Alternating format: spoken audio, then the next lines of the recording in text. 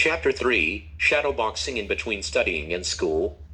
Mom found time to take on martial arts as well. She actually began shortly after she learned how to walk. She used to imitate my grandmother when she would watch her practice Tai Chi in front of her. In doing so, she perfected the art before she was 12 years old. Shortly after arriving in the US, my grandmother put my mother into Taekwondo classes. She wanted her to know how to defend herself because she wasn't always going to be around and her father was long since out of the picture, and Tai Chi wasn't going to be enough. Although it's sometimes known as shadow boxing, it was too delicate of a practice and it doesn't offer up much of an offense. Therefore, my mother willingly took on Taekwondo at my grandmother's request. She even began studying Wing Chun Kung Fu along with other mixed martial arts as time went by. She was really good, and she only got better as her training intensified. My mother quickly became a master of those practices, then became a trainer herself. Later, she even surpassed her sensei and became a master of the dojo.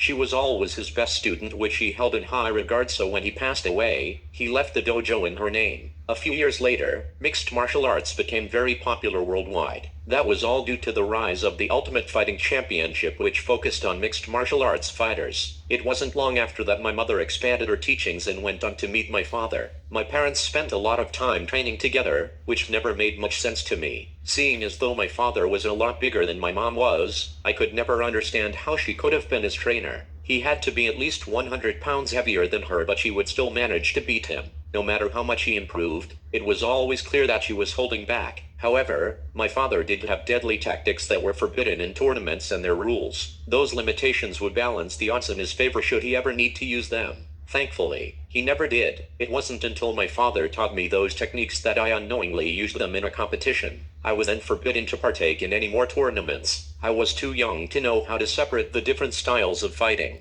I even lost my spot as the gym's champion fighter. I still don't understand how my father was able to separate the two when he sparred with my mom. They never told me either. Before I began school, I too studied martial arts throughout most of my adolescent years. I was dedicated to my training from the very start. My mother would take me with her to the dojo when I just started to walk. I really loved it. It was all I knew because I spent so much time with her. She was so skilled and such a perfectionist, I couldn't help but want to be just like her whenever I trained. It didn't take me long to master it either. I didn't really know much else. I studied with my mother and went to the dojo a few times a week. I also sparred with my father whenever I got the chance. Although Dad and I didn't go at it as often as I would have liked to, I could tell he was holding back whenever we did. The only way I could ever get anyone to take me seriously was when I took on challengers at the gym. Even then, I always made quick work of most of the members my age. That was around the same time my parents found out I couldn't separate the techniques my dad taught me from tournament rules, and I wasn't allowed to compete. It got to the point that they didn't want me training with any of the members from the gym either. I got so bored that I would stay on the striking dummy for hours at a time. I would push myself to its limits, hoping to best at least one of my parents one day. It was one of my favorite things to do next to sneaking up and scaring the shit out of them.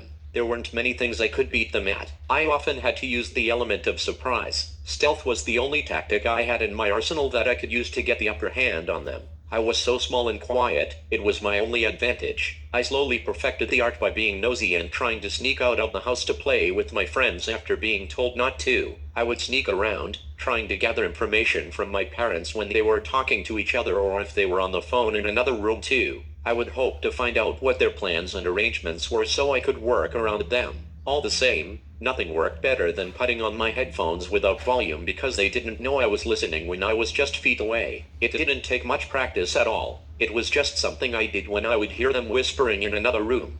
Even though I loved working on my stealth techniques hoping to best my parents one day, trapping hands was by far my favorite skill. It's just one aspect of the Kung Fu fighting system which allows you to use your arms to tie up and control your opponent's arms and land your own strikes or blows in the process. My father and I would practice that for hours on end without breaking a sweat. It was a really interesting style of fighting, and it came in handy plenty of times. No pun intended. Both of my parents used this technique frequently. Watching them two go at it was always truly inspiring. It was like seeing your favorite martial arts flick come to life right before your eyes. They were so fast, yet so precise. The way they were able to counter each other's moves with speed and efficiency was simply astounding. Together they moved like trees blowing in the wind, and they flowed like water which could be gentle or crash. I could never really tell when or if my father was taking it easy on me, but losing to my father time and time again only made me more determined to be better than both of my parents in the future. I kept practicing and training so my body was strong and pretty fit at a very young age. I even had a six-pack when I was just 10 years old. Between martial arts and the generic sports that I played in school, I was able to maintain my physique no matter what I did. My strength didn't come from just lifting weights and working out either. A lot of it came from the things I did naturally. It didn't matter if it was helping my parents carry groceries, laundry bags, jogging, or going for casual walks. They all played a huge part in my endurance. Not only was I a complete martial artist before I was a teenager, I too became what most would call a child prodigy. I actually mastered Tai Chi faster than my mother did and moved on to other styles a lot sooner, mostly because they were available to me and I was able to practice more often than she was when she was my age. My mom had a lot more going on in her life than I did, but that didn't stop either of us from becoming a master of the arts quicker than most. Prolonged practice not only helps you get in shape, but the longer you do it, the better you get at it. Aside from my punishments, I had the luxury of practicing whenever I wanted to. I was usually able to spar with either one of my parents whenever they were available, and they always pushed me to my limit. I didn't need much encouragement because I was already determined to be better than both of them as fast as possible. Although my mother didn't like to focus on training outside the dojo, my martial arts and self-defense training didn't just take place indoors. My father would also test out his teachings in all different scenarios, such as the park, the woods, or even on the street at random times. Dad really loved to keep me on my toes. He always made sure I was aware of my surroundings. He tried to prepare me for anything he could think of. He knew what the real world was like. He knew that everyone didn't follow the rules that most fighters would have to when participating in any organized fighting event. I was told the bad guys don't think rules apply to them.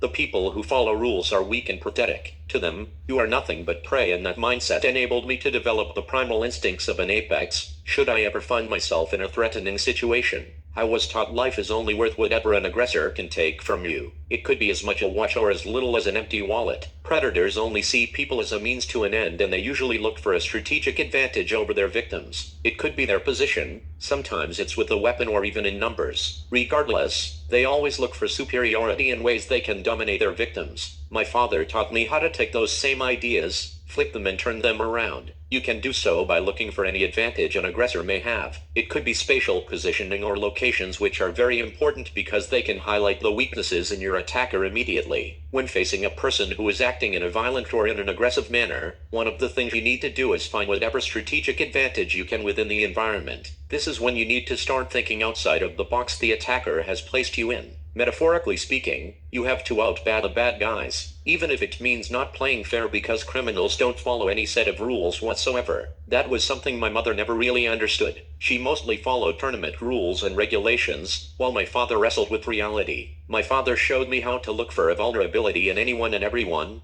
then try to exploit it. I was taught not to fight someone at their strengths and always attack them at their weakness. I learned how to identify those weaknesses in my enemies, and it made defending myself against an assailant a lot easier. There may be times where you will feel you have to allow someone to punch you first so you can block and hit back. That's wrong. That's where the element of surprise comes in. Once someone puts their hands on you, you punch them. You have to hit people when they don't see it coming and make them think twice about their decision. You don't want to be on the opposing side of this information. Once you give up a tactical advantage, it is hard to get it back. You need to be aware of what their potential weaknesses may be as well as yours at all times. Whether it be positional, physical, or some forms of psychology could work. If you see signs that the enemy may be confused or inebriated, then you can use that to your advantage. They may be nervous, worried, or maybe even fidgeting. It could be anything. The tell signs are always there. All of these things are what I am trained to pay attention to. I am constantly looking for potential signs that will expose someone's weaknesses, whether I find them to be threatening or not. That way I can exploit it and take the advantage into my own hands should I ever need to. In a good society, we are taught that we should help the weak. Everyone says criminals usually prey upon the defenseless. Therefore, most aggressors don't see themselves as weak, prey, or potential victims. They see themselves as the dominant force until you force them to become the opposite. When someone is trying to harm you or others, you have to attack the attacker. You must go on the offensive because sometimes the element of surprise could be your only advantage. When someone touches you, you hit them and you keep hitting them until you have defended yourself completely. These people usually have no remorse, no pity. That's why you too must get rid of these self-limiting beliefs that endanger your well-being. Understand that bad things happen to good people all the time, and you need to be able to become the bad guy in order to beat the bad guy. Nothing more, nothing less. Aside from martial arts, I performed well during in-school activities as well. Like my mother, I too was an honor roll student. My teachers even thought of skipping me a grade. I also played both football and basketball, but that only took place during the time I was in grammar school. I couldn't continue playing recreational sports for school because I got into a fight with one of my classmates after kicking one of my teachers in the shin a few years prior. The kid called me names and I let it slide for a while. It eventually got to me and I snapped. The student's name was Brent Bradley, but everyone called him Brentley.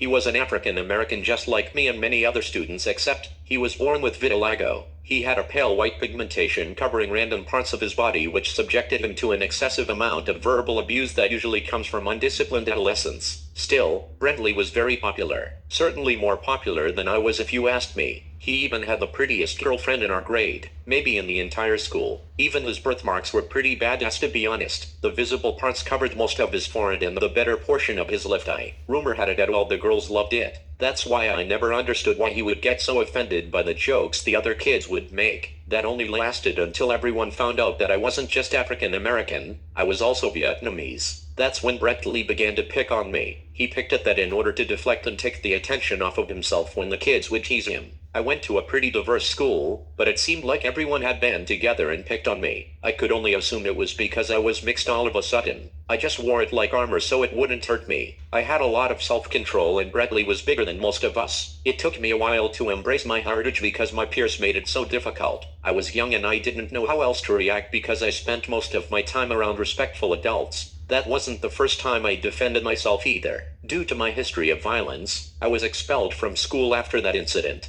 I was forced to transfer in the middle of the year and that made me miss a couple months of my classes. It set me back a bit and I didn't know the ramifications of my actions at the time. I was so confused because I just went with what my parents always taught me. Don't take anything from anyone, and if someone puts their hands on you, defend yourself. So, I did. Brentley was a lot taller than me and I really didn't let a lot of things go until I couldn't take it anymore. He called me a stupid Asian and pushed me in front of everyone. I snapped. Without a second thought, I put my training to work. As Brentley's hands made contact with my shoulders, I quickly pushed them down, which exposed his whole face. That was just before I punched him so hard, he stumbled back with his nose instantly leaking blood. He then tripped over his own feet and fell backward after stiffening upright. The momentum from the punch along with the fall combined had caused him to whiplash, making his head jolt back. His head went back so much that he split the back of his head open on the classroom floor and painted the floor red. Had Brentley just called me Asian, I would not have taken it as an insult because it wouldn't have been the first time. It was the use of the word stupid that made the context of what he said appear hostile. The push that followed didn't help the situation either. That made it clear to me that Brentley had used those words with malice. Therefore, I too became malicious myself. I didn't know any other way to express my feelings because I was young and that was all I knew. I was only in the 5th grade when that incident occurred. I was just a boy. With that aside, I was highly skilled and had a substantial amount of training at that point. I already studied martial arts every day for almost 10 years. I was a weapon and I didn't know how dangerous I was. Even after my parents explained it to me, I still felt as though I did nothing wrong. I didn't understand. The other student put his hands on me, so I put my hands on him. Still, no matter how many times I told my side of the story, it seemed like I was the one being punished by both my parents and by the staff of the school I attended at the time. None of this seemed fair to me. I began questioning my training altogether. What was the point of learning how to defend myself if I'm not allowed to defend myself? It was as if I had to lose in order for everyone to understand that I was the victim in the situation. Everything became so confusing that I slowly began to drift away from martial arts altogether. I still practiced with my parents when I had to, I just didn't love it anymore. I no longer went out of my way to become the best like I used to because those teachings got me expelled. Due to the expulsion,